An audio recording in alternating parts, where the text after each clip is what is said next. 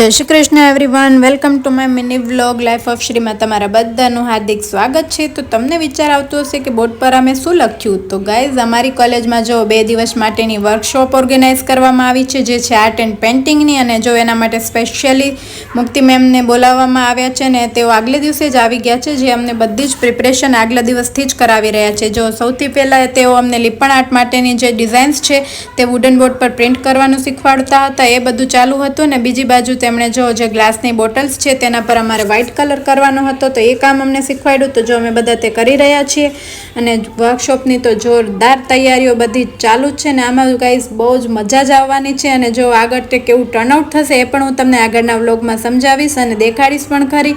તો જો જોરદાર બધી તૈયારીઓ ચાલુ છે। ખુશી બહુ કામ કરસ તું યાર।